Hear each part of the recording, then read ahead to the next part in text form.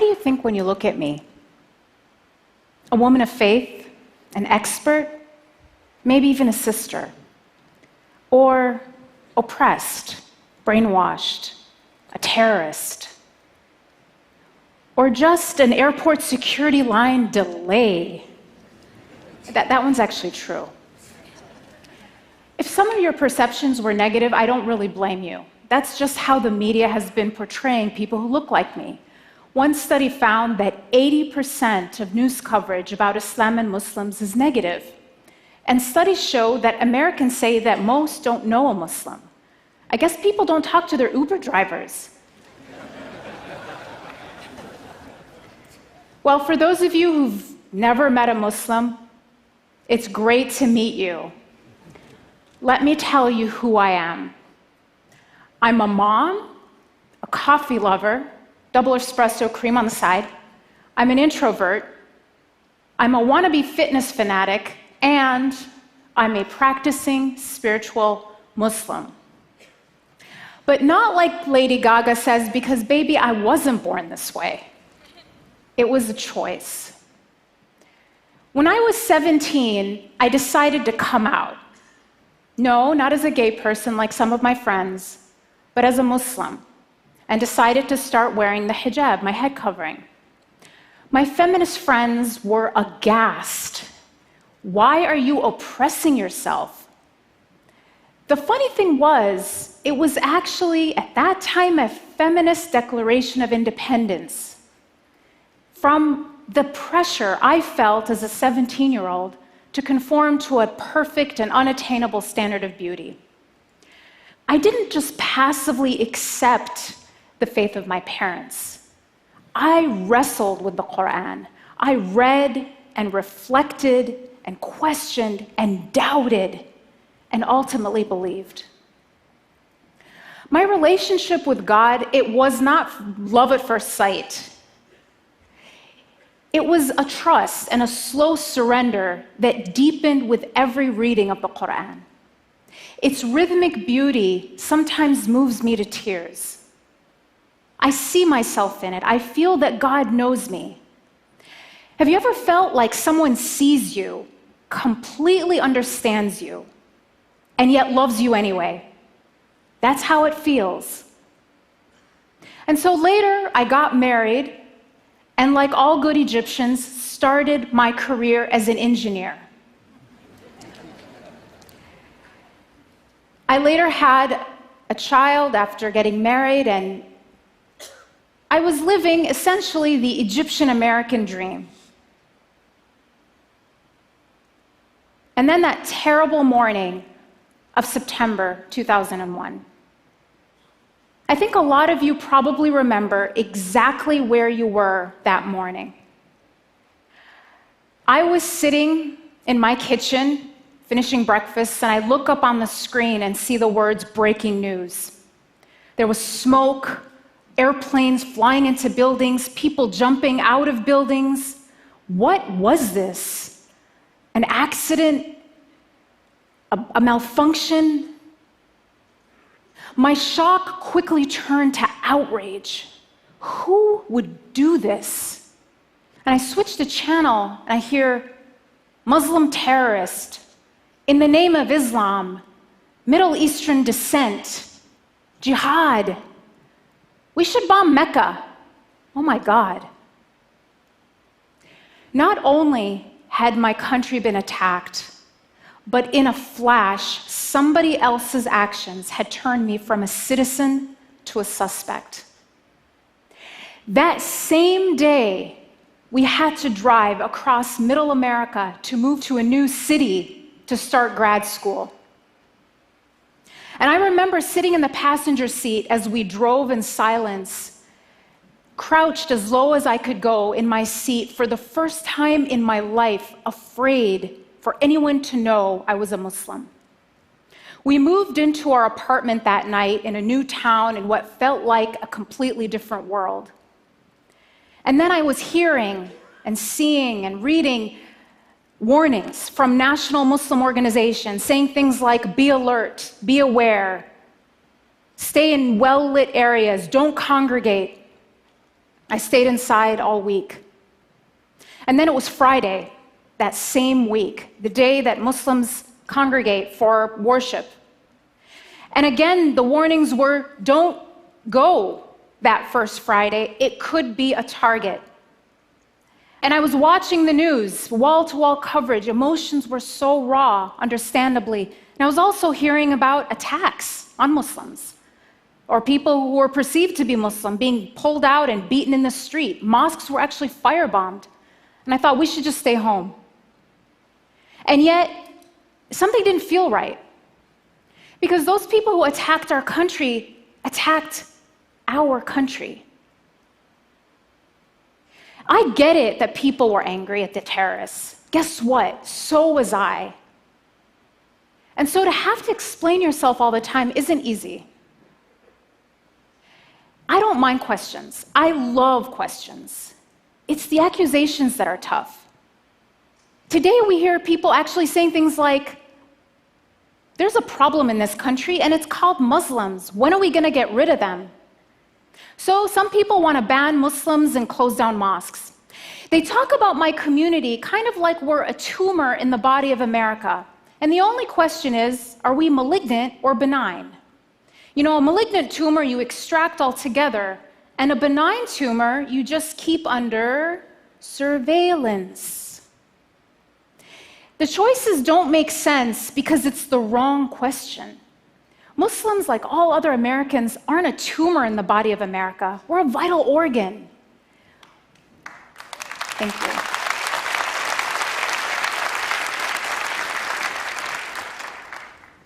Muslims are inventors and teachers, first responders and Olympic athletes. Now, is closing down mosques going to make America safer? It might free up some parking spots, but it will not end terrorism. Going to a mosque regularly is actually linked to having more tolerant views of people of other faiths and greater civic engagement. And as one police chief in the Washington, D.C. area recently told me, people don't actually get radicalized at mosques. They get radicalized in their basement or bedroom in front of a computer. And what you find about the radicalization process is it starts online, but the first thing that happens is the person gets cut off from their community, from even their family, so that the extremist group can brainwash them into believing that they, the terrorists, are the true Muslims, and everyone else who abhors their behavior and ideology are sellouts or apostates. So if we want to prevent radicalization, we have to keep people going to the mosque. Now, some will still argue Islam is a violent religion. After all, a group like ISIS bases its brutality on the Quran.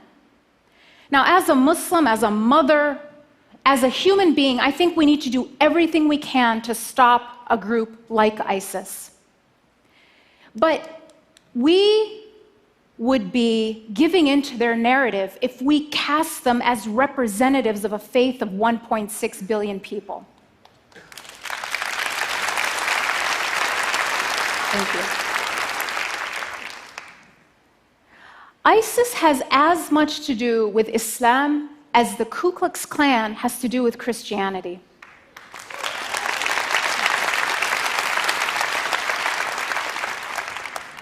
Both groups claim to base their ideology on their holy book. But when you look at them, they're not motivated by what they read in their holy book. It's their brutality that makes them read these things into the scripture. Recently, a prominent imam told me a story that really took me aback. He said that a girl came to him because she was thinking of going to join ISIS. And I was really surprised and asked him, had she been in contact with a radical religious leader? And he said the problem was quite the opposite, that every cleric that she had talked to had shut her down and said that her rage, her sense of injustice in the world, was just going to get her in trouble. And so with nowhere to channel and make sense of this anger, she was a prime target to be exploited by extremists promising her a solution. What this imam did was to connect her back to God and to her community. He didn't shame her for her rage. Instead, he gave her constructive ways to make real change in the world. What she learned at that mosque prevented her from going to join ISIS. And I've told you a little bit about how Islamophobia affects me and my family, but how does it impact ordinary Americans? How does it impact everyone else? How does consuming fear 24 hours a day affect the health of our democracy, the health of our free thought? Well, one study, actually several studies in neuroscience, show that when we're afraid, at least three things happen. We become more accepting of authoritarianism, conformity, and prejudice. One study showed that when subjects were exposed to news stories that were negative about Muslims, they became more accepting of military attacks on Muslim countries and policies that curtail the rights of American Muslims. Now, this isn't just academic. When you look at when anti-Muslim sentiment spiked between 2001 and 2013, it happened 3 times, but it wasn't around terrorist attacks. It was in the run-up to the Iraq War and during 2 election cycles. So Islamophobia isn't just the natural response to Muslim terrorism as I would have expected. It can actually be a tool of public manipulation, eroding the very foundation of a free society, which is rational and well-informed citizens. Muslims are like canaries in the coal mine. We might be the first to feel it, but the toxic air of fear is harming us all.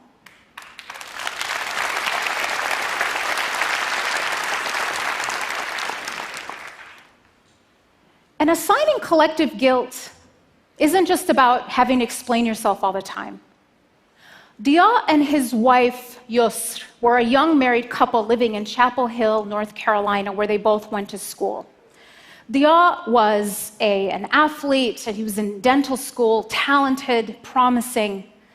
And his sister would tell me that he was the sweetest, most generous human being she knew. She was visiting him there, and he showed her his resume, and she was amazed. She said, "When did my baby brother become such an accomplished young man?"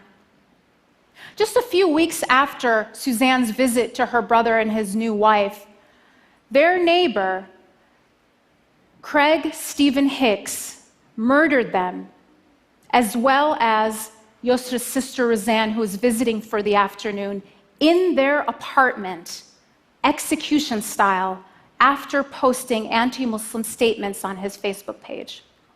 He shot Dalia 8 times. So bigotry isn't just immoral, it can even be lethal. So back to my story. What happened after 9/11? Did we go to the mosque or did we play it safe and stay home? Well, we talked it over, and it might seem like a small decision, but to us it was about what kind of America we wanted to leave for our kids. One that would control us by fear, or one where we were practicing our religion freely. So we decided to go to the mosque, and we put my son in his car seat, buckled him in, and we drove silently and tensely to the mosque. And I took him out, I took off my shoes, I walked into the prayer hall. And what I saw made me stop. The place was completely full. And then the imam made an announcement thanking and welcoming our guests, because half the congregation were Christians, Jews, Buddhists, atheists, people of faith and no faith, who had come not to attack us, but to stand in solidarity with us.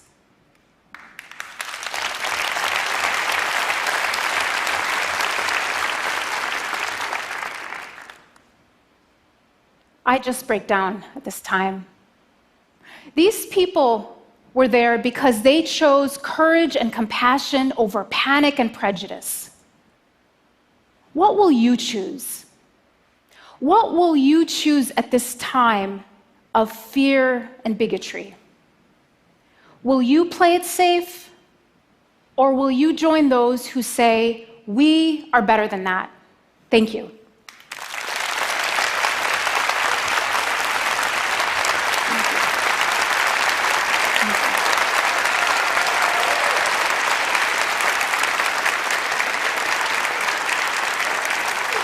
Thank you so much. So, Dalia, you seem to have struck a chord, but I wonder, what would you say to those who might argue that you're giving a TED talk, you're clearly a deep thinker, you work at a fancy think tank, you're an exception, you're not the rule? What would you say to those people?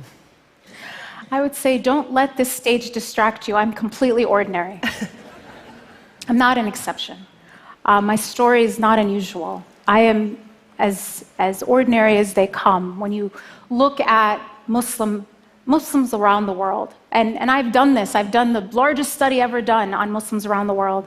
People want ordinary things. They want prosperity for their family, they want jobs, and they want to live in peace. So I am not in any way an exception. When you meet people who seem like an exception to the rule, oftentimes it's that the rule is broken, not that they're an exception to it.